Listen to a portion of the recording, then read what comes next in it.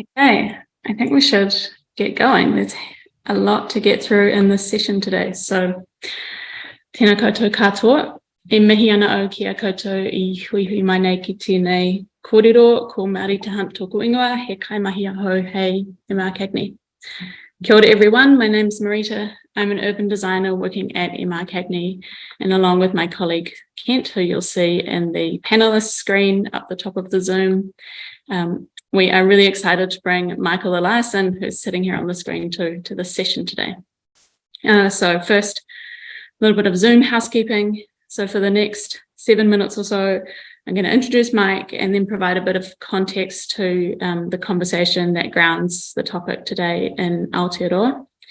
Mike will speak for around 40 minutes, and after that, Kent and I will run the Q&A session. We think the whole session will take about an hour 15.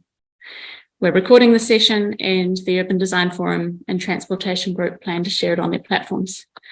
So we all know the drill with Zooms now. Because this is a Zoom webinar, your cameras and mics are automatically off, which is very weird as a presenter. I know that there's people here, but I can't see any of you. If you have a question or a comment or discussion, please put it into the chat panel. We know that there'll be thoughts as well as questions, so putting them all in the chat, we'll keep an eye on them there and bundle them up to ask in the Q&A session at the end. And finally, I'd just really like to give a big shout out to the Urban Design Forum and Transportation Group for giving us a hand with promoting the webinar. At MRCagney, we are always keen to talk about the overlap between urban design and transport planning. So it's awesome that's been such a great response from members of both organisations. So on to the actual webinar today. In this session, of course, we're going to hear from Michael Eliason, who is going to take us on an exciting and inspiring tour of car-lite eco-district and related ideas from around the world. Mike's an award-winning architect and the founder of Larch Lab, which describes themselves as part architecture and urbanism studio, part think and do tank, with a focus on research and policy, decarbonised low-energy urban buildings, and climate-adaptive urbanism. Larch Lab has a very good newsletter that doesn't come too often. Both Larch Lab and Mike are great follows on Twitter if you're more of a short form person. And Mike also has a podcast called The Livable Low Carbon City. He's also got a book coming out sometime in 2024, published by Island Press, which is tentatively titled The Manual of Climate Adaptive Ecodistricts. And before I hand over to Mike, I'm just going to spend a few minutes exploring why we wanted to talk about this topic here in Aotearoa today. I'm going to start with planning reform.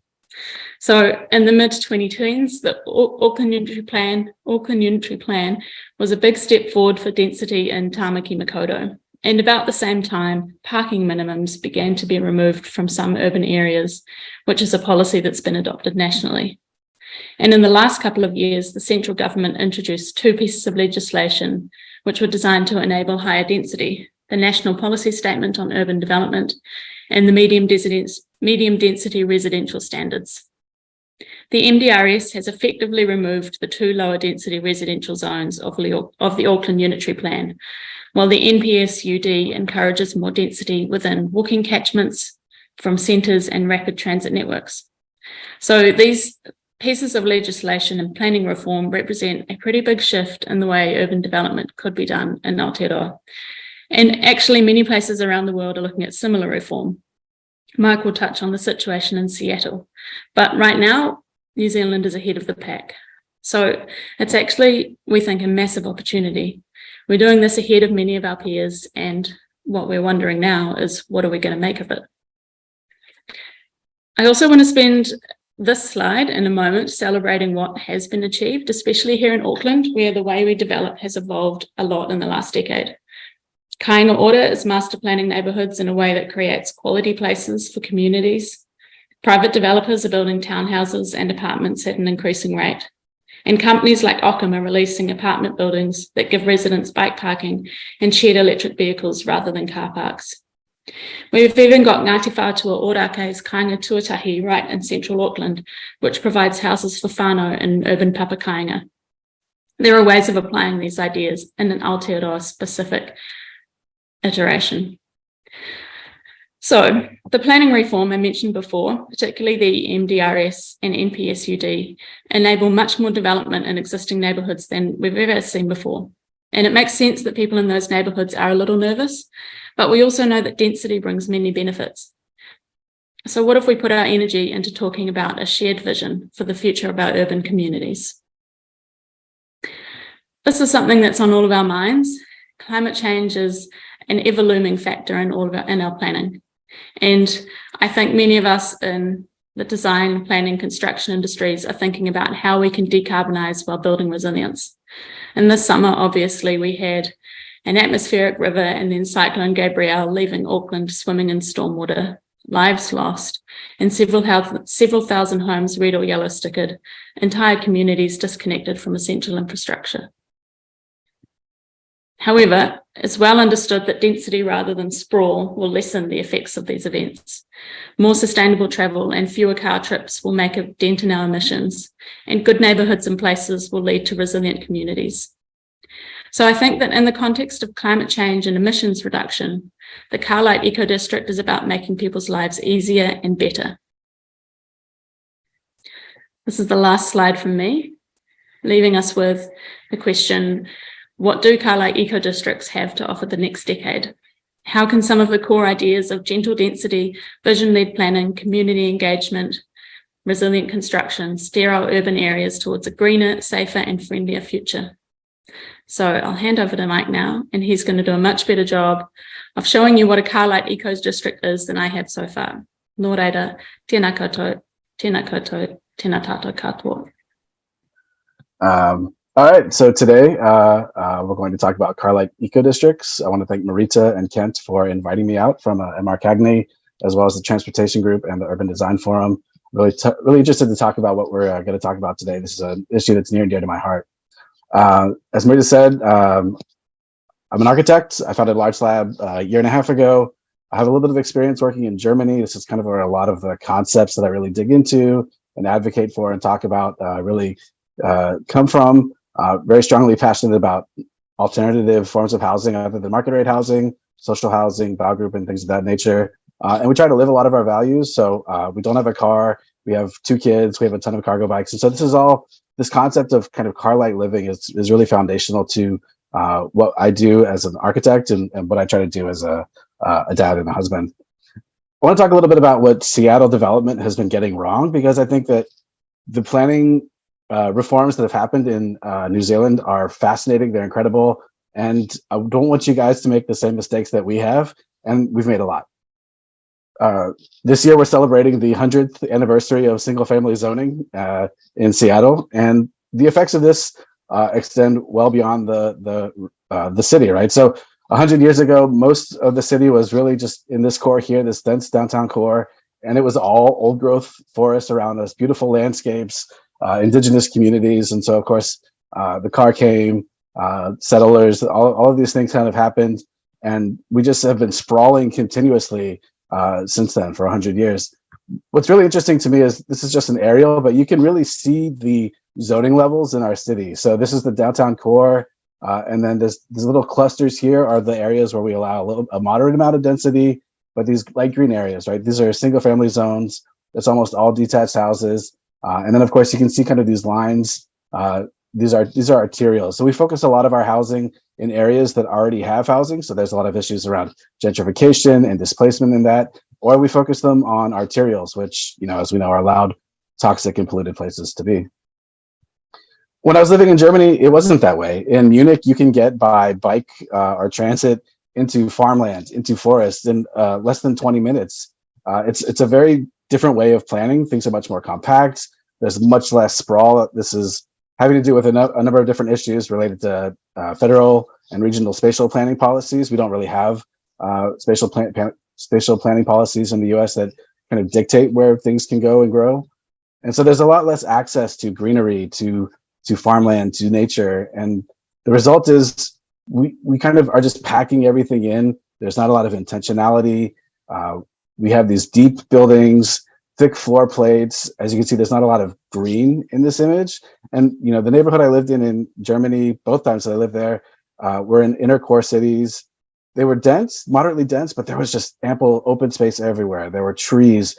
The connection to nature, even at the local level, at the block level, was radically different than we see here in the US. As I said, we've been going through this process of kind of recompacting urban areas, basically just allowing the next level of development intensity in areas where it's already allowed.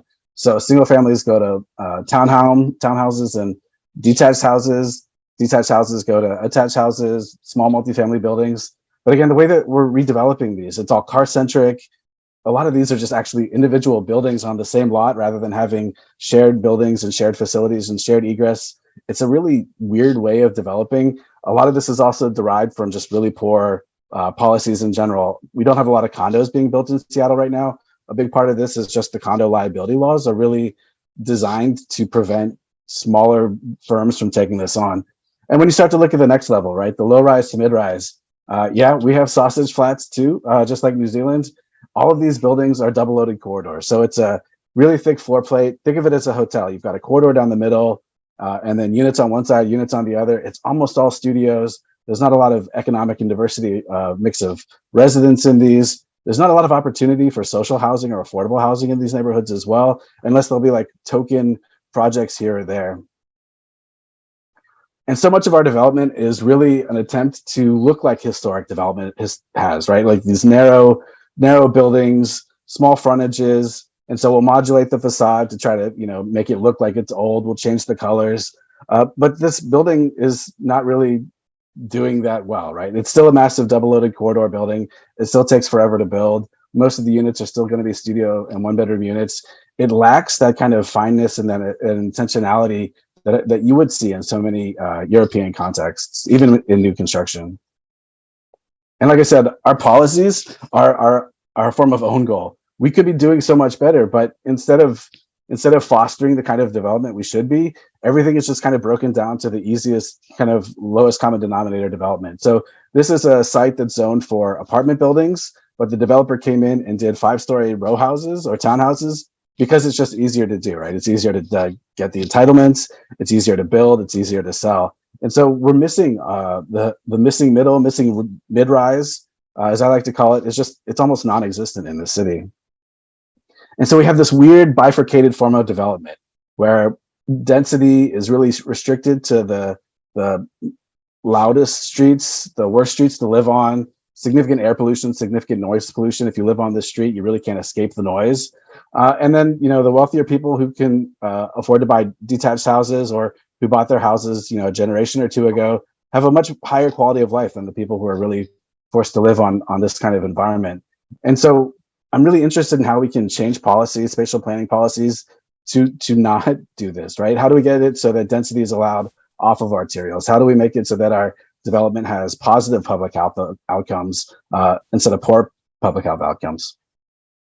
And so Mike, I'm just going to jump in. Sorry to bust on in. We think the chat might not be working on our end. So if I could get everyone to put any questions into the Q&A panel, which we can see. Sorry for interrupting. No worries. Good time too. With the break. So I think of ecodistricts as a kind of this car optional carbon sink that can facilitate some of these things. In the back of my mind, the climate crisis is front and center. Here in Seattle, we now have wildfire smoke season.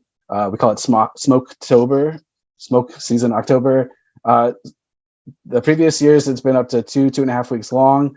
It's just this constant dinge that just hangs over the city, and there's really no way to escape it. We had the heat dome last year that was the warmest temperatures, recorded temperatures in our region, I think ever. Over 1,000 people died, a lot of them seniors living in indoor areas. They didn't have access to cooling. Their units couldn't cross-ventilate. Flooding is on the back of my mind. The place where we used to live in Bavaria flooded last year. All of your recent inundations as well. I think in talks with Marita and Kent and seeing conversations online, this is finally starting to be talked about and the pace is good. But I think that at least in the US, our industry is wholly unprepared. We don't have any passive house mandates. We don't have cooling centers in our city to deal with those heat events. We don't have requirements for development that is breathable and will filter air in smoke events. So as these events get more intense and more common, how are we going to deal with that? How are we going to dwell in our buildings, in our housing, right? And so this is Landshut. This was last year. The Innenstadt, the Altstadt, the old part of the city flooded. I think it's the first time in a really long time. The city in the 60s and 70s built this huge ditch kind of around the city to divert the floodwaters from the Isar so it wouldn't flood downtown. But all of this rainwater came from a localized area basically within the city. And so it all just kind of ran to the spot. And, there are a lot of underground apartments in here. And so, a lot of our re-intensification in kind of granny flats here in Seattle are in units that are underground. So there's this kind of aspect to how we re-intensify that I think really needs to change in how we adapt to this changing climate. And so how should we be planning for climate change? Should we still be accounting for lots of parking? Should we have big, thick buildings that are all double loaded corridors with no ability to cross ventilate, with no active solar protection, which is an industry that doesn't even exist here in the US? Can we get a good economic mix in this? This is the planning documents for light rail station here in Seattle at Northgate. So here's a light rail station. There's a big former mall here. A lot of the land here is public land, but we're not going to get like a good economic and social mix of residents. There's very little open space. There are almost no car-free or car-calm streets. It's really horrendous to bike in right now, and it's next to a freeway. So it's kind of like, if we're planning how to live in the future, is this really the optimal way that we should be doing it? This is another light rail station in Seattle. No housing above the light rail station, a little bit of low-rise buildings, a couple of mid-rise buildings, and then it immediately falls away to detached houses. There's no open space. There's no green space. There's very little diversity in housing. There are no condos, no co-housing units, no cooperatives. There are no passive houses. So even all these new buildings, right, they're not really going to be resilient to climate change even in the next coming years. There are no slow streets, right? So as a dad with 2 kids, am I going to send my kid to play on an arterial? Not really. So there's not a lot of places for kids to kind of hang out and be kids, or for the elderly to go out and play boule or petanque or whatever their game of choice is. But it isn't this way in a lot of European cities. This is the Sonnenviertel district in Vienna. This is an amazing district that I think really, for me, reinforces this notion as the eco-district is a carbon sink. It's centered around a park. It's mixed use. It's 13,000 homes, 13,000 residents and 5,000 homes. There's space for ample jobs. There's a school. Each of these blocks here has daycare integrated into it. There are affordable artist ateliers. It's not even light rail adjacent. It's a tram that runs through the middle of this park. And while it's on the light rail here, there are parking garages kind of thrown here along the train lines. The buildings here along the arterial are fronted to design to kind of deflect some of that noise. So the idea is you have these courtyards that are much quieter and much more peaceful than you would find in the typical US urban environment. And this layering also works to make the large park itself also much more climate adaptive, much more quiet and comfortable. And then the park itself is part of the climate adaptation of the district. Okay, so there aren't a lot of trees there now. This was recently completed. The trees are growing. It's also part of the stormwater inundation mitigation as well. Again, places for kids to play, sports facilities. It's kind of like this concept of how do you cram all of these ideas and then put them into one spot? And it can be across a variety of scales. It doesn't have to be mixed use. This is the Ackermann-Bogen in Munich. Again, thin buildings, lots of green. It's centered on a park, traffic calm streets. You got your daycare integrated in here. It's accessible by transit. The schools are nearby.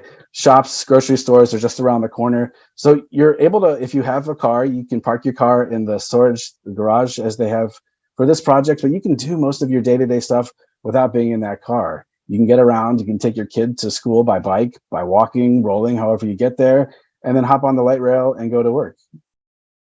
And I think the park aspect of this is what makes this almost critical, that it's this multifaceted aspect. It's climate adaptive, it's stormwater mitigation, it's dealing with the urban heat island effect. It's places that are of a high quality so that people will come and hang out in them. We're starting to get here in Seattle. There are not a lot of places in the US that are really kind of this attuned to it, right? We put all of our parks in the US around the really wealthy detached houses. But if you live in a dense urban environment outside of Central Park, there are not really a lot of urban parks. And we're not producing new parks for those new residents as they come in. This is the Trapeze outside of Paris. Again, this huge mid-rise, high-rise district surrounding a big park, 15,000 homes, 12,000 jobs. All of those daily things that you need are they're right here. This is the Prince Eugene Park in Munich. Again, the same thing. This is the arterial. There's a tram line running through it. But in Seattle, we focus all of our density on our arterial. We would never allow anything like this for car-lite development to be off of that arterial. And what they do is they front commercial uses or more intensive uses here on the street, so that the further back you go into this district, right, it's quieter. It's kind of these layers of gradation of just silence and solitude. And so you can live in this relatively moderately dense area, but you're not inundated by the noise. You're not inundated by the air pollution, right? I think it's a much more conducive way to living. And as you might notice, there are all of these little courtyards as well, right? So even there's this major green space for the community to share. And then even at the smaller block level, right, there's this intentionality about green space, about common space, having like a Quartiersplatz or a community meeting point as well. This is Domag Park. This is a recently completed project in Munich. Absolutely phenomenal on so many levels for me. The climate adaptive park in the middle, the radical mix of uses over here. This is office space. There's a school, daycare is integrated into all of this. Traffic calm streets. There's a really wonderful cooperative that needs passivhaus here. And then all of these buildings are just a wild mix, right? It's not all market rate studios or market rate buildings like you would see in the US. It's cooperatives, it's baugruppen, which are self-developed urban co-housing.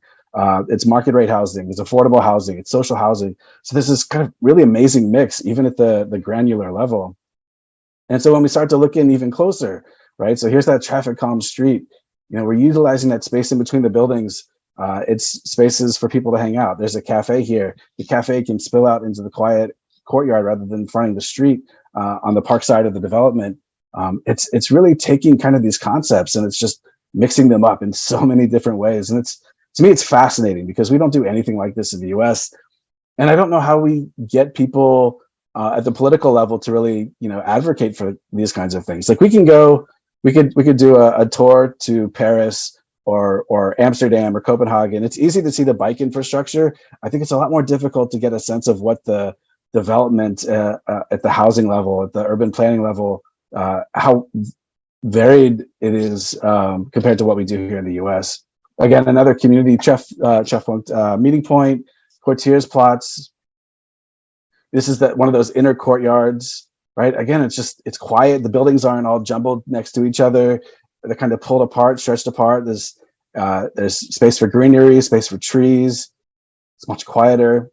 And I absolutely love this park. This is the park here in the middle of the playground here in the middle of the park. This is part of the climate mitigation, the floodwater mitigation of the entire district. And so it's utilizing those features, to kind of elevate it. Okay, it's for kids. It's a little bit hokey in some of the ways that it's done, but like this is amazing. And it also gets it front and center, right? All of these kids who live here get a sense of an understanding of how the climate as it changes and how rainwater inundation happens, like how all of these start to connect. And it doesn't have to be this huge district. We can do this little insertion mid-block. This is a project outside of Paris, 340 homes, ground level activated with shops and commercial spaces. There are workshops. And you don't have to run cars through the middle. It becomes this very kind of activated space that people want to hang out. I, as a dad, would have no problem letting my kid, go to the corner store down here and pick up stuff for dinner, get some bread. It's very different here in the US where our kids have to cross an arterial to go to the grocery store. And ever since the pandemic, people don't stop even when you're in the crosswalk. And so it's jarring at times. Right. And so, this isn't a big district. It's not big buildings. It's kind of that wonderful, intimate mid-rise scale that is ubiquitous throughout all of Europe. Now, we don't even have to go that big. This is Quartier Vier. This is a really interesting project in Berlin.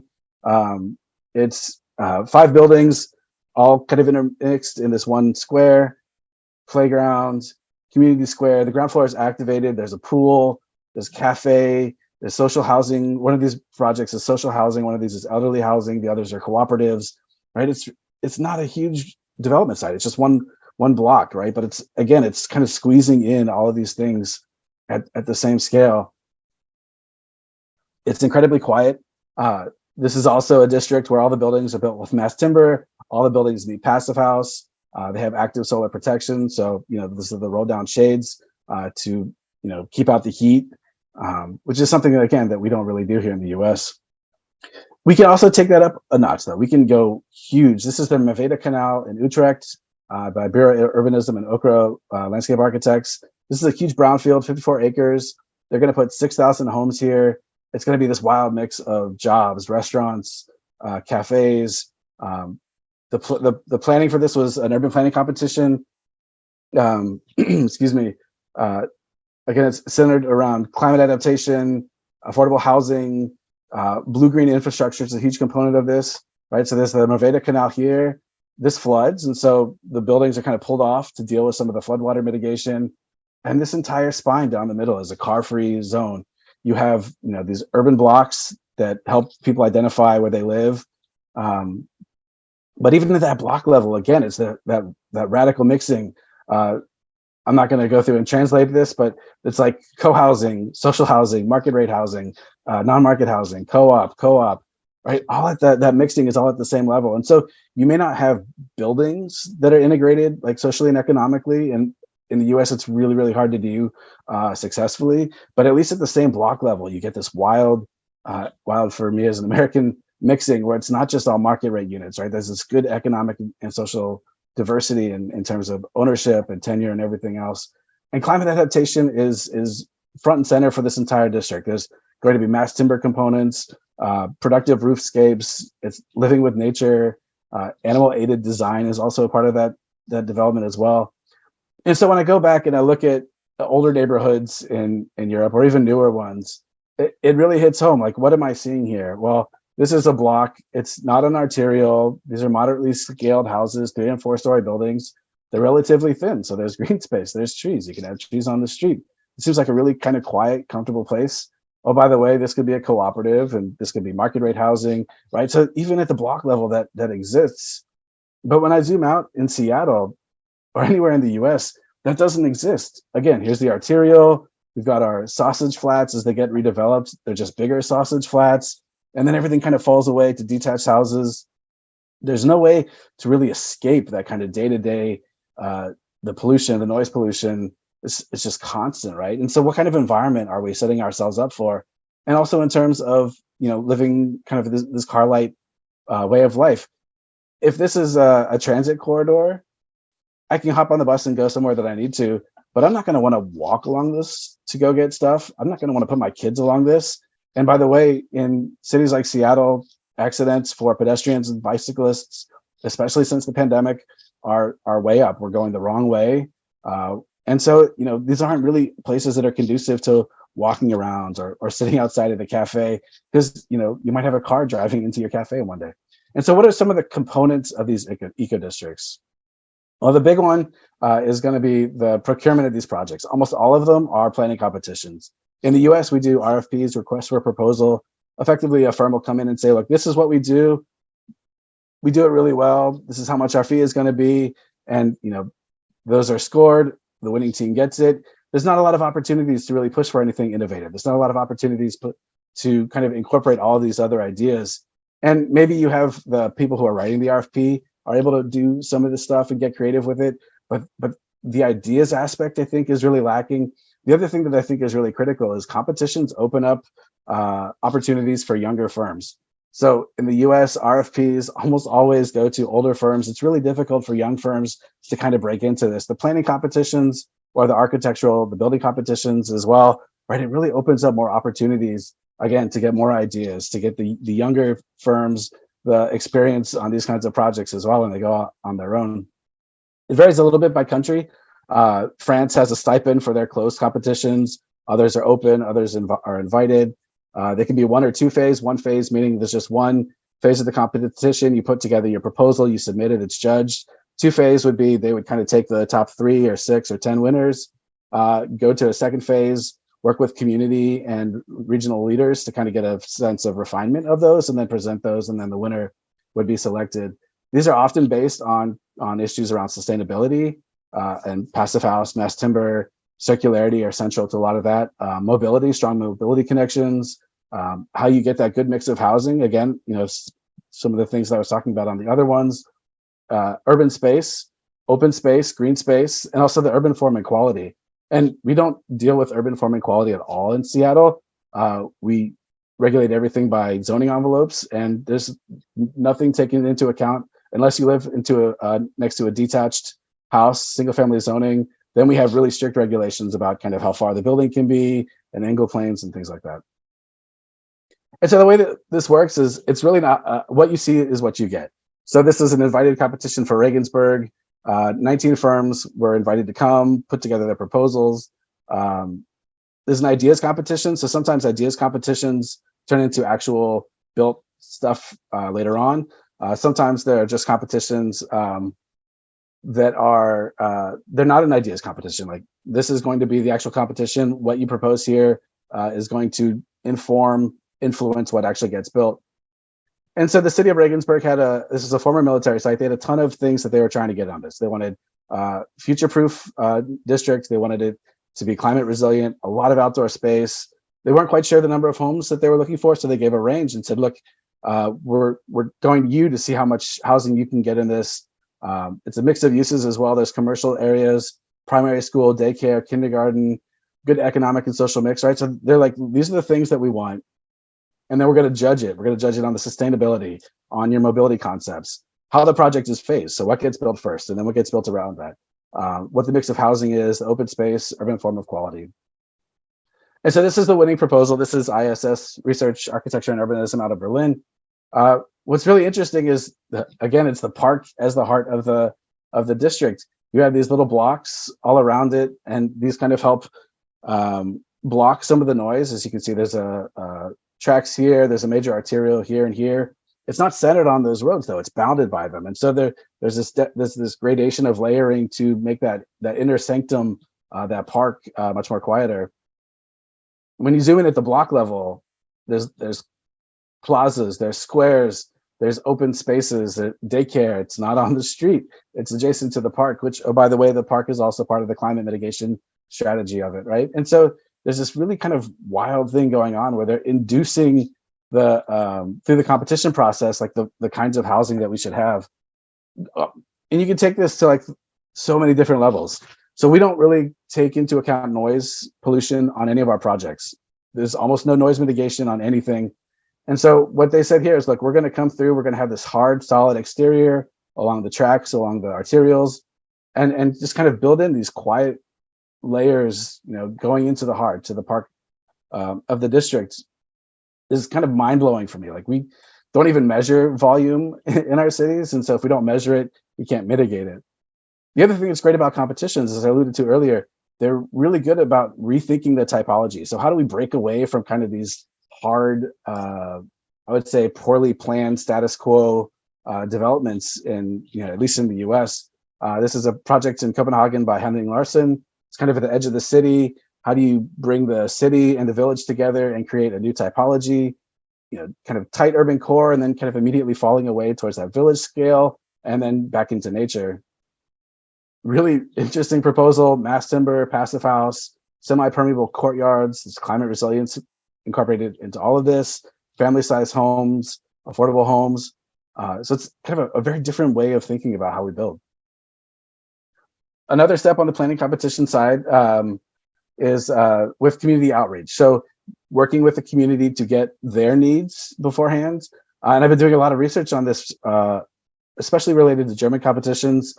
They'll go and they'll say, look, what do you need in this neighborhood? We're going to add housing here. The housing levels that we need are kind of dictated at the federal level. We got funding associated with it.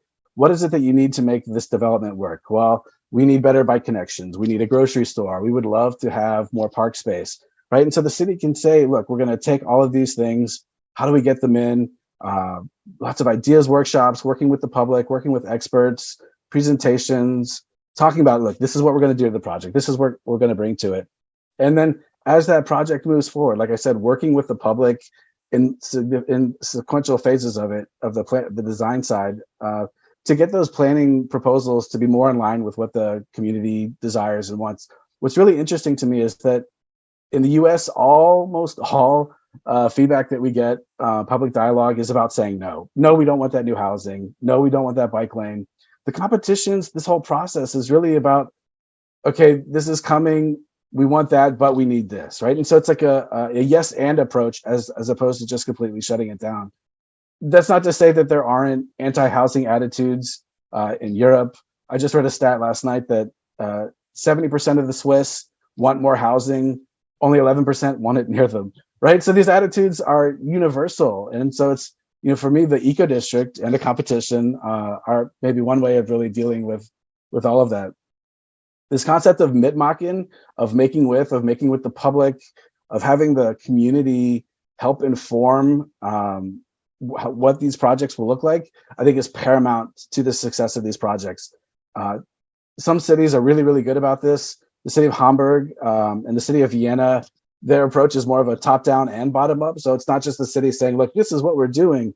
We're going to be adding housing and you're gonna have to deal with what we do. It's like, it's saying, look, we're adding housing. This is the amount of housing that we need. And then the community comes from the bottom and says, this is great.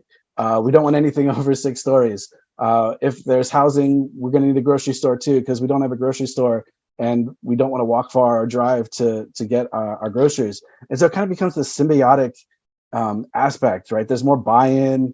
I think it's a much more successful way of planning. How we deal with urban heat islands is critical. So depaving, trees, adding trees where possible. Again, it's a critical aspect of these eco districts. As things get hotter and hotter, it's only going to become more imperative. And along with that, how are we fostering connections that are facilitating car-lite living? Are we inducing better bike connections, better transit? Are we making spaces that people want to walk and bike that aren't hostile? Are we facilitating the adoption of EVs, e-bikes, and other forms of non-ICE motorized mobility? Are we taking our streets, depaving them, and turning them into sponge city principles? Our blue-green infrastructure, how are we dealing with the stormwater inundation? This is a proposal for an existing district, historic district in Vienna. And, Vienna doesn't have a lot of trees. It has a very different feel, especially in the inner city versus Munich. But the things that they're doing to kind of counteract that, I think, are going to be incredibly transformative. And they're doing it at a scale and pace. And it's like every district is starting to get this stuff. And we don't see that incremental change everywhere in the US. It's kind of like, just like I said, we have these spots, these little focuses of really intense development. And then we don't do a lot of the other things that need to go with it. Green streets. Energy concepts is a really, really big one. So the EU effectively mandates close to passivhaus levels of energy performance in their buildings. In terms of energy crises, which the EU is in the middle of right now, stormwater or climate mitigation, wildfire smoke mitigation, to me, like passivhaus is really the best way to deal with a lot of this. It's a low energy standard. It's not more expensive in the US anymore. Our industry is not as prepared or experienced as the European industry is, but we're slowly getting there. And the city of Brussels was like, look, the EU is going to do this in 2020. We're going to make sure that all of our developers and builders and planners understand this concept. So we're going to mandate it 5 years beforehand. And they offered subsidies, they offered training, and Brussels went from having one of the worst energy codes in the entire EU to one of the best. And it's become a lighthouse. This is a beacon for low energy buildings now. Solar protection, again, something that I think I'm going to see more and more of, at least in the European context, and not just at the building scale, but also outdoor spaces, playgrounds. The daycare where my kid went to school had these huge canopies that could roll up and roll down to protect the kids from the heat. And we weren't even really dealing with the climate effects then that we are now. Noise mitigation is a huge one. This is a development, car-lite development in Munich by Alles wird gut. The Autobahn is right here, right? So this is a highway. And so they're using that building to block the noise so that this car-free interior, there's green space, there's a kindergarten, there's a senior center, there's places for people to hang out without being inundated by that noise. And you can do that even at the building level. This is a really interesting passivhaus building in Austria. It's next to the Autobahn. The trains and shunting yard are right next to it. So it's this incredibly loud environment. The corridors to all of the units are here on the loud side of the building, but it opens up to the other side and it's just green and lush. And honestly, you can't even hear that you're next to a rail yard from the other side of the building. It's just this way of thinking about things that we just, yeah, it's taking it up to that next level. And how do we foster the kind of economic and social mix in our buildings that we should be getting? This is a really wonderful proposal, again in Vienna by Dietrich Untertriefaller. It's social housing. It's a wild mix of unit sizes, from studios to 3 bedrooms. There's housing for single parents. There's artist studios. The whole ground floor is community spaces and daycare. It's going to be passive house. It's going to be built with mass timber. In the US, you could maybe pick one of those things, right? You could say, okay, we're going to do social housing, but we're not going to do mass timber. We're not going to do passive house. We're not going to do community-oriented spaces on the ground floor. Maybe like there's a couple of organizations that could really do that and do it cost effectively. But I'd like to take all of these things and slam them together. And oh, by the way, like it's not even consuming like the entire site. There's this really wonderful courtyard that all of the units kind of open onto. Like there's just no way you would ever be able to do this in the US. That issue of open space, that of layering, of having kind of these semi-permeable courtyards to facilitate air movement and reducing the urban heat island effect, is paramount. Having spaces for kids to play, spaces for teens to play, tenant gardens, all of these things can be added. And again, this is a district that's adjacent to the train tracks, and these buildings here, these double loaded corridors, are being utilized to mitigate that. And then they've got further sound protection in between the buildings as well, right? So the whole core of this facility is going to be incredibly quiet.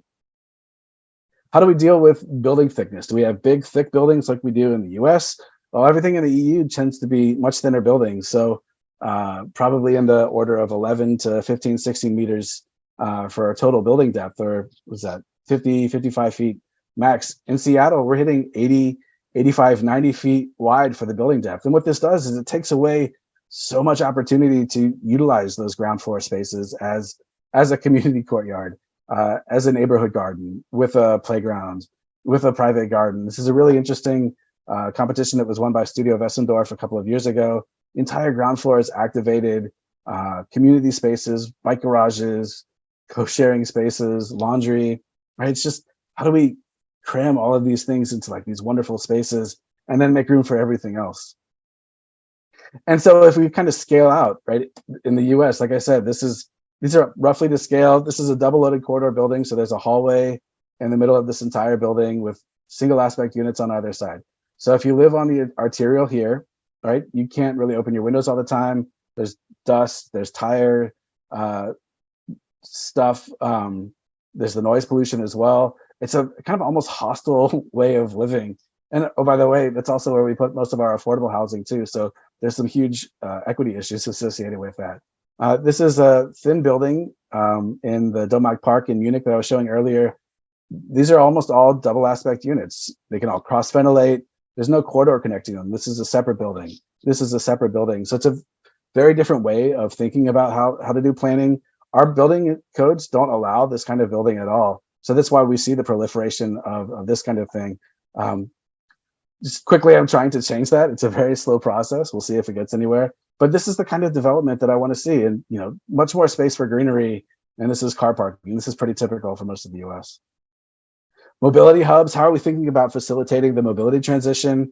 The mobility hub could just be a garage, but it could also be a garage right? It could be, this is a roof garden, a space for a youth center, bike workshops, a box for all of your packages to be dropped off at, a transit stop, right? You can start to introduce all of these different things, even at the level of the mobility hub, the garage. And then hopefully in the future, as car ownership starts to reduce, well, what do? We make a garage that's flexible. And so over time, perhaps instead of having parking spaces, it becomes, architects in Denmark are proposing that it becomes office space or a spin class, community spaces, right? And so it's how are we thinking about the future of our buildings as well? One of the reasons I'm a huge component of buildings that don't have a thin floor plate is that over time, if the use changes, so like our office buildings are even wider than our residential buildings in terms of the floor plate. Over time, if we need to change that from an office to a residence, if we have thin floor plates, that's a really easy thing to do. But when we have these wide, massive floor plates, all of a sudden it's really difficult to get any kind of units in there other than long, kind of bowling alley shaped studios. And that's what we're seeing. Like, it's really difficult now in most of the US, where office space is vacant up to 40% in some cities. How do we change that? How do we fix that? Well, the lack of planning, the lack of foresight, the lack of using daylight minimums to mandate the depth of our floor plate is coming back and biting us big time. How do we think about urban logistics? Can we use trams and cargo bikes to move facilities or to move packages rather than having trucks driving everywhere? There's some really interesting stuff going on in Stuttgart and a couple of other cities around these concepts. Again, the housing diversity is a big point. This is Dietenbach. This is a new district that's being planned in Freiburg, where I used to live. Duplexes, flats, maisonettes, point access blocks, there's single stair buildings, there's social housing, there's cooperatives, market rate, apartments and condos. Again, all of this just kind of radically done at the block level in a way that you just don't see in the US. And then, what if we take that further? What if our buildings have that kind of same radical mix in it? And so instead of being studios, there's flats, there's maisonettes, there's family size housing, there's housing for single parents. What if we just take the same box and rotate it 4 different ways, have a nice little car-free courtyard? Really simple thing to do, really elegant. And, it's the same building. It's just done in 4 different directions. You wouldn't even know it. How do we incorporate housing for seniors and families into the same building? This is a project. I don't have the sourcing of it. I think it's in Cologne, right? So it's like lofts for singles, senior housing at the ground level, so they have direct ground access. They don't have to deal with stairs. Townhouses for families. So even at the block level or at the building level, there's just this mixing that it just fascinates me. How do we just take this same shell? This is a 40 foot by 40 foot by 40 foot cube by Lynn Architects and Urbanists for a prototype in Bremen, the Bremer Punkt. How do we take that and then put it in different places to re-intensify our social housing districts with new housing, but do it in a way that we can accommodate 20 different iterations of the same building, right? And so it's not just the same thing over and over again. It's not all 1 bedrooms, right? We can accommodate everything from studios all the way up to 5 bedroom units, right? There's just this magic that becomes possible with the way that we do our planning. I'm a huge fan of baugruppen. These are self-developed urban co-housing. Effectively, a group of people comes together. Often one of them is an architect. So I've been trying to do a baugruppe on and off here in Seattle for several years. We take out the developer, we take out the marketing, and we can save up to 10 to 20% of construction costs over market rate construction. So there's no developer. We're really kind of pooling all of our resources to come together. There's the opportunity for us to select the kind of building that we want. So we can have a values-based building instead of a profit-based building. So we can come in and say, look, we know climate change is coming. We want this to be passivhaus. We want to be prepared for it. We want to build with wood because we want to have a light touch on the land, decarbonized building. And so there's some really interesting opportunities around that. It started in Germany. It's really taken off in a bunch of cities, and other countries are adopting it now too. It seems like it should be something we should be able to do here in the US, but for a number of reasons, financing, entitlements, it's just been really difficult to get off of the ground. But we are trying to get a couple of going. This is a project here that we're working on at Large Lab in Seattle, looking at kind of how do we circumvent the traditional form of development. So if we look at what this building would have been, it would have been almost all studios, maybe at the corner, a 2-bedroom unit, no 3-bedroom units. And we say, look, what if we take that envelope, we make it a little bit smaller, it's a less expensive building, fewer units, fewer bathrooms, fewer kitchens, and we're able to do a 3-bedroom unit and a 2-bedroom unit. And we could also do maisonettes, 2-floor units on the ground floor to deal with live work. We'll see if this goes anywhere. The project itself is really fascinating. Just simple flats. Like, it's so difficult to do this in so much of the US. And I don't really know if it's different where you guys are in New Zealand, but like, to me, this is like a no-brainer. We should be building this kind of building ad nauseum everywhere. Oh, by the way, passivhaus, mass timber, we want to bring all this stuff to it too. Like, these are the kinds of projects that I feel like should be able to get financing. We even have wealthy tech people in Seattle, but for so many reasons, like, it's so difficult to even do something at that level. Another really interesting form of housing is the cluster apartment. This is one unit, and all of these units have these little micro suites. So in Seattle, we do this at the market rate. level. It's kind of like student housing, really tiny suites, and then maybe a shared kitchen area, small dining area. But this is a cooperative, and they said, look, we're not going to do that. We're going to do it a little bit differently. So we have these small suites, and they could be for singles. This one has 2 bedrooms. This could be like a mom, a single parent. So it's a mom and her kid. They have their own kind of lock-off bathroom. They have their own lock-off teeküche, a tea kitchen, right? So in the morning, you get your coffee and your tea while you're getting ready. You don't have to go out into the other part of the building. But this yellow becomes all of the common space. And there's like this huge kitchen and dining area for group dining. There's separate living areas. There's co-working spaces and breakout spaces and private outdoor spaces. And the rent of this project in Zurich is like less than a studio would be here in the US. Like, it's just mind blowing that shared resources really facilitates not just better buildings, but I think better interactions and better community with everybody. And then in the back of all of this, how are we decarbonizing our buildings? Are we building with natural materials? How do we get there? How do we do that? So many questions. But what it comes down to for me is this is a really wonderful development in Heilbronn. This is Neckarbogen. Right? These are all different buildings. In the US, this would all be one building, maybe 2. It would be split in half. But this is a 10-story mass timber market rate apartment. This is workforce housing. This is a baugruppe. This is workforce housing. This is a social housing. This is a cooperative. The ground floor is activated. There's open space, right? To me, like, this is the ideal of like where we should be going, but so much is holding us back. For us, it's building codes, it's zoning codes, it's financing. It's kind of like all of it kind of come together and really prevent the kinds of developments and places that we need to be building. So my hope is that you guys can take a little bit of my knowledge here and just run wild in New Zealand and take these concepts and be able to do these really great spaces, so that hopefully one day I'll come to New Zealand and be like, oh my God, this is amazing. Can we take this idea and do it in Seattle? Because we're still not going to be doing it in Seattle. And so that's all I have. Do we have time for the Q&A? Yeah, we do. That was great, Michael. Thank you so much. Yeah, we have about 15 minutes for questions, and there's quite a few questions in the panel. And feel free to viewers to add or upvote any of those in particular you like, and Marita and I will go through them one by one. And I'll just start.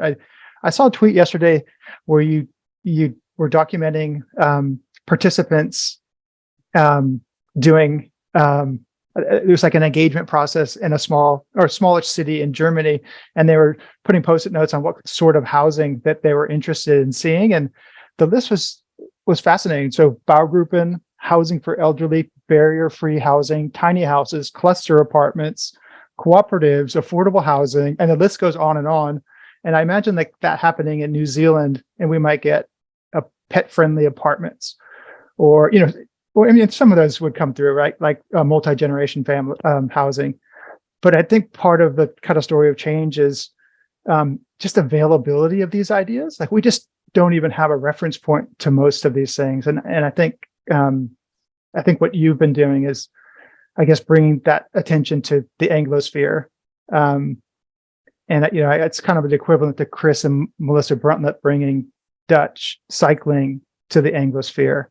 And so I think that's a really kind of powerful path of change. And I credit you for doing that on your own. It's obviously the Dutch Cycling Embassy's job to do that, where Chris is working.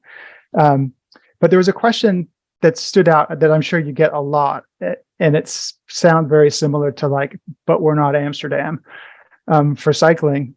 And I think probably the same is for housing. It's like, we're not Vienna, and there's possibly cultural barriers. And if not cultural, there's political, institutional, capitalism, socialism differences. So have you thought about that, and how,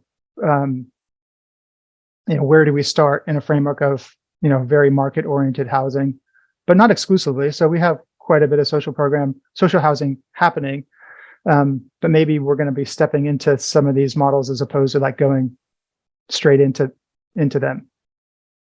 I think the big one is, you nailed it. We don't have the terminology, the semantics to really even talk about a lot of these forms of development, I think. And I don't make this any easier because I tend to use the German words as well, and just kind of keeps everything muddied. I often talk about the fact that we don't have the models to show. So in the passive house community, until there was a passive house multifamily building that was built, there was no way to say to our politicians, look, this is the kind of thing that we should be doing, until they experienced it. And then once they experienced it, it was like, oh, wow, this is so much better. This is what we should be fostering or mandating or whatever. And it's kind of the same, with the Bruntlets and cycling, right? Like taking politicians to Amsterdam or Copenhagen, and then it's like, oh, okay, I understand this now. There's something about, we need a better way to translate those models to deal with local connections, local knowledge, local problems. This is the nut that I've been trying to crack with baugruppen, and it's multifaceted. It's not just one thing. You have to get the banks on board. You have to get the insurers on board. And I'm like, it's basically a condo. Your building code and your land use code has to kind of foster it or allow it as well. It's one of these things where I haven't cracked that nut, but it's like, we need, all of these ideas have the same problem, right? It's the same with the issue with the uptake of cycling, that we're kind of doing it piecemeal. We're not doing it very well. We're not doing it at scale. And so it never really succeeds either. And so it's a huge issue that I struggle with, is how do we get the uptake of these ideas that we really need? I don't know if that answered your question.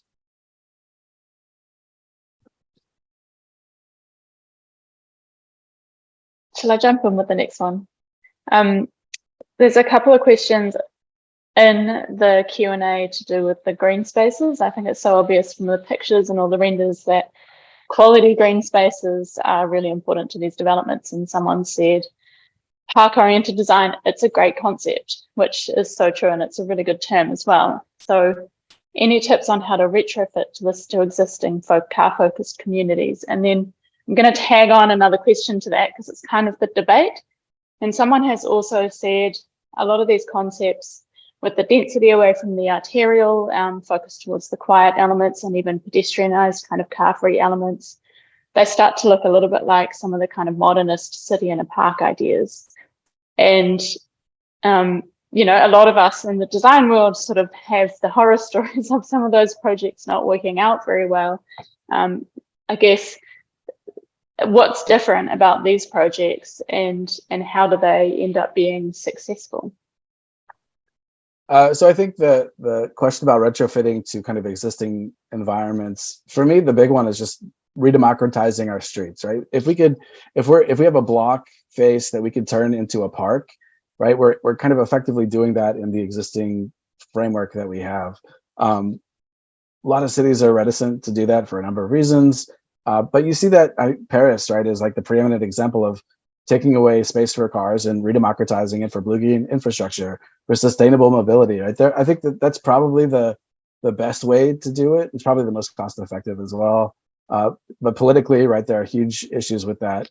And Hidalgo has dealt with a lot of those. And there's this whole kind of ecosystem about, harassing the French mayor because the city isn't the way it used to be.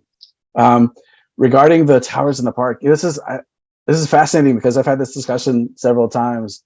I think it's a couple of things. One, they're not generally taller buildings; they're more low-rise, mid-rise, and so the connection to the ground is a little bit different. I think that the way, especially like the German and Austrian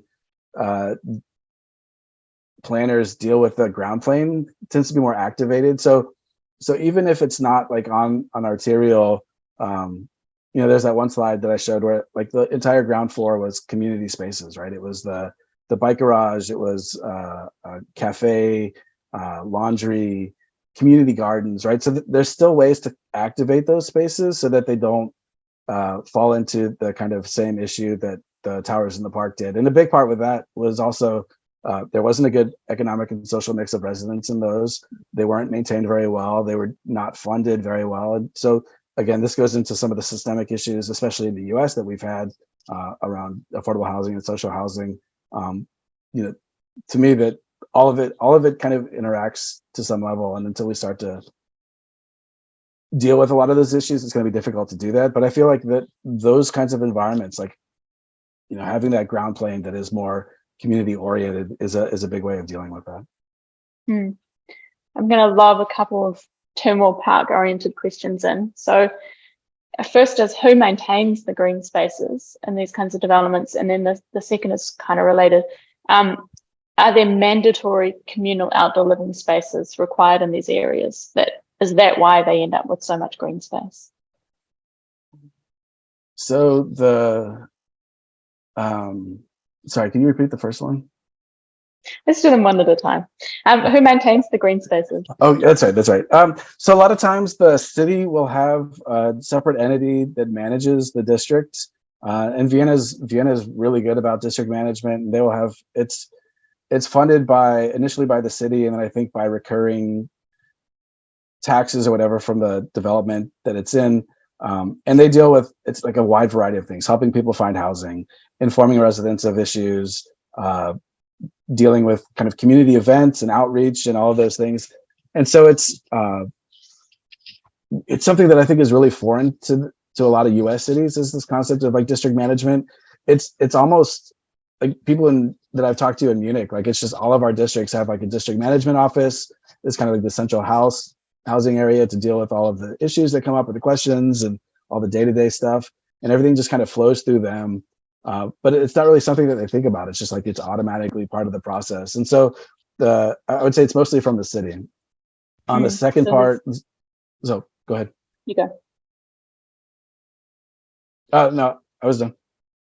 I was going to start answering the next question, but you said, yeah, let's jump into that one, which is mandatory communal outdoor living spaces. Yeah, so there's generally they'll mandate a minimum amounts of open space, green space. Again, with those competitions, there'll be a lot of flexibility in how it's defined. Some competitions will be very diaphanous in what they propose, at least at the beginning level, and then again, working with community, this can be defined a little bit better. Where was I going with that? I don't remember. Sorry. So there's not necessarily a mandatory outdoor living space from the kind of highest or central or local government level, but it might come through in the competition brief. Yeah, so it would definitely be in the competition brief, and it would say, look, we need 20,000 square meters for housing, 30,000 square meters for office, X square meters for school, and then 40,000 square meters for green and open space.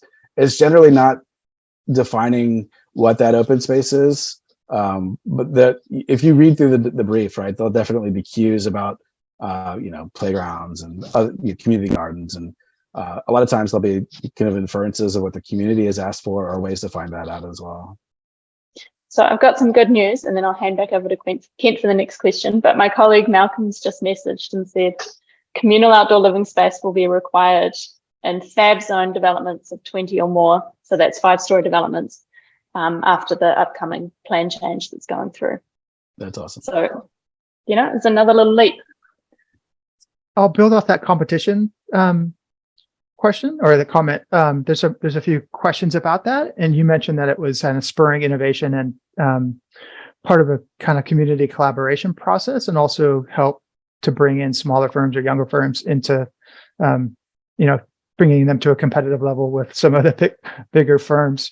What the questions are, why would a firm get involved? What are the incentives in those competitions? And then what is there a risk of those designs becoming diluted over time as the kind of projects progress? Yes. So I think there's obviously a financial incentive for the competitions. Placing firms will get a cash award. Winning firms generally get the framework plan of the development, so kind of outlining what the streets are going to be, what utilities are going to be, working with the city to kind of work out a lot of the details in terms of like urban form and kind of the language of it. So there's the financial incentive is, I guess, one. What's funny is the first time I worked in Germany in 2003, 2004, we did pretty well on the competition circuit, but a lot of times we came in second and third, and it was almost better because it was like you would do like a week's worth of work and then you would get like a decent cash prize, but then you don't have to do the rest of it. You can go on to the other, and we could focus on like the competitions that we actually won and wanted to work on even more. So it's kind of this weird thing that came out of it. And I think opening up opportunities for younger firms is huge. It's a huge benefit. And what was the second part of the question? I guess if you win the competition do you follow the project through, Oh, or it just does it get taken over and diluted or changed by other forces? I think it varies. So a lot of times younger firms might have to work with a local kind of more established firm on the ground to kind of, maybe there's some hand holding. There are definitely competitions that I worked on where the concept was still there, but the execution was not.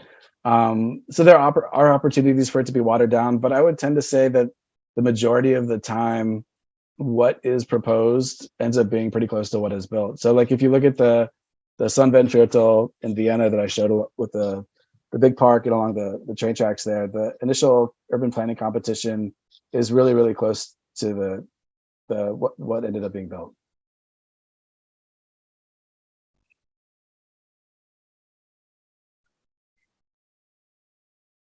So there's a couple of questions. Oh, do you want to go, Kent? Oh, this is one. Maybe that's a big one, but you mentioned the barriers to doing, say, thin mid-rise housing as partly being zoning, partly being parking. What are the other major barriers to delivering this European scale housing? What's on your to-do list to fix? For us, it's a big one is the building code. So this diagram behind me is a point access block. This is a single exit building. These are legal in the US to 3 stories. In Seattle, they're legal to 6 stories. This is really the prototypical kind of urban building, not just throughout Europe, but Mexico, they're found in Japan, South America, they're kind of everywhere, Australia. I think I've seen a couple in New Zealand as well. For some reason, these kinds of buildings, even if you build out of concrete, even with sprinklers, are just not allowed. And so we don't get the kind of thin buildings that you would see like in the European context. We get these huge, thick buildings, and that leaves very little space left over if it's a full block development for communal spaces. The courtyards will be really small. The units themselves, I think, are pretty substandard quality, single aspects, long, deep, dark units with light and window on one side only, or if you're on a corner, maybe 2. And so it's for us, it's the building code, I think, is a big hindrance. It's also the zoning code plays a role. We keep kind of ramping up the FAR to 11 wherever multifamily housing is allowed, and all that really does is just refocus all new development where the existing multifamily housing is, or the beloved community shops. And so it's a policy of displacement and cannibalization of our existing buildings. And I think that's a really awful way to be planning. And that's one of the reasons I'm a huge proponent as well for focusing development off of arterials. If all of those businesses are focused on the arterials, then if we're not focusing the housing and the redevelopment directly on that, then those spaces can maintain. And so maybe there's a way to hybridize both of those. I'm not quite so sure, but it's definitely a huge issue in the US. Yeah, Seattle and Auckland have very similar urban forms, at least, kind of streetcar suburbs. They're almost exactly the same. And imagining Seattle not having zoning, or having a much more liberalized zoning regime, you could, I think it'd be easy enough to imagine 3 to 4 story perimeter block type housing kind of everywhere. But I think one of the questions that I'm kind of trying to wrap up by a few people that asked is, like, there's a cost issue, right? Like, we still can't build at a rate that makes this sort of housing generally affordable. And what I suspect the problems are the same here as in America, but what is the deal with affordability and affordable construction, and have you figured that out in comparison to Europe? It's really difficult to compare construction costs, and I do it all the time because my head's in both spaces, in both worlds. What you get for what you pay for in even market rate housing in places like Zurich and Munich or Amsterdam, which are very not inexpensive places for people to live right now, is the quality is just wildly different than you would see here in the US. And so it's I hate comparing the two, but I do it all the time.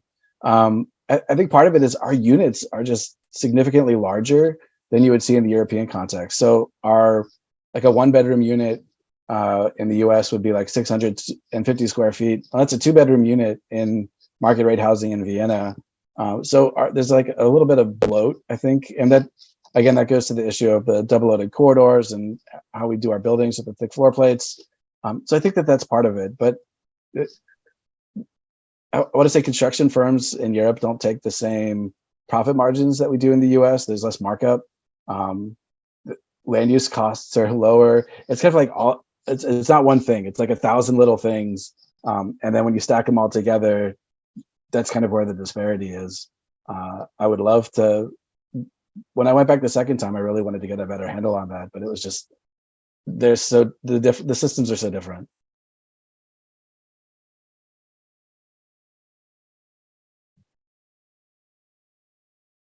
Do we have any more burning questions we should ask, or do we wrap up there? Maybe there's one more. I think people are questioning the really comprehensive developments, master plan areas, wondering like who's in charge of those, who owns those, who funds those sort of projects. I think it varies a little bit. So like I said, usually there'll be a district management office, and that's especially true for areas that were on public land. So, you know, a lot of public land in European cities, former rail yards, military bases, things of that nature. So there's a lot of brownfield redevelopment that is on public land. And so there's a little bit more oversight in terms of how to deal with that. There are districts that are privately managed. Oftentimes they'll work with the city and, you know, in terms of like land use and entitlements and all of those things. But the private entity would maintain that. And even at the smaller scale, so like at the Quartier Vier, the little 5-building project in Berlin, those kind of like 5 bars with a little bit of open space. That's a cooperative. It has, they have their own kind of in-house management. So even at that scale, there's still this overarching community-based organization or district that's kind of dealing with that. You know, it's much smaller than you would see on like a 80-acre eco district, but it's still a lot of the same issues. It's just they're not having to deal with as much.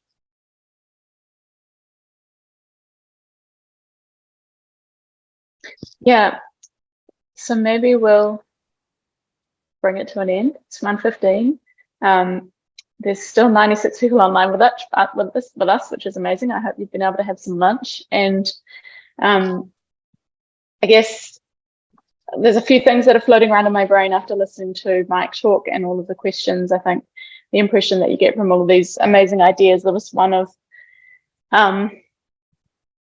just like a beautiful mixing of different functions, different uses, housing types, families, different kinds of open space. There was an idea in about density of housing pulled apart to create place for people. There seems to be this real focus on kind of the humanity of people who are living in these places and actually giving them, places where they can have a real quality of life and, live in properly livable neighborhoods, which is supported by things like competitions, generating lots and lots of ideas and bringing the design profession sort of through being able to throw ideas onto the page through a competition. Keeping things like equity front of mind so that there's room for all different kinds of families to live in a neighborhood together, and really simple, straightforward solutions like point access blocks, which will allow for a more livable kind of building. Simple logistics to solve problems so that streets can be quieter and there can be fewer cars on neighborhood streets, connecting up to good city or regional transport so that people have access and don't necessarily have to have a car to live in these neighborhoods. I feel really inspired by pondering all of those ideas, and I hope the rest of you too. It certainly seems from some of the comments that people are. It's obviously kind of a challenge, but I think that there's avenues for us to start achieving.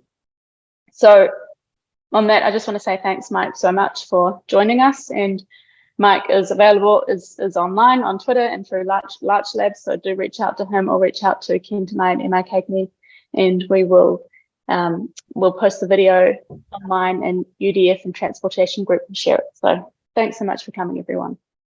Thanks for having me.